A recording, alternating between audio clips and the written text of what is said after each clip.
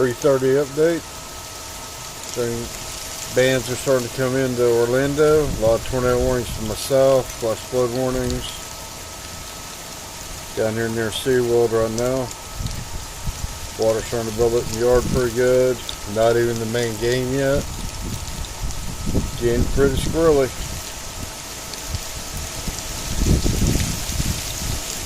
Probably gonna lose this tree.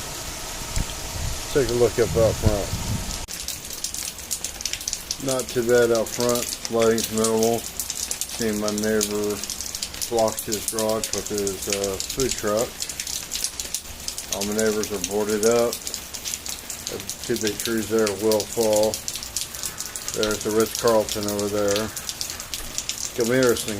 Check back. Stay twisted.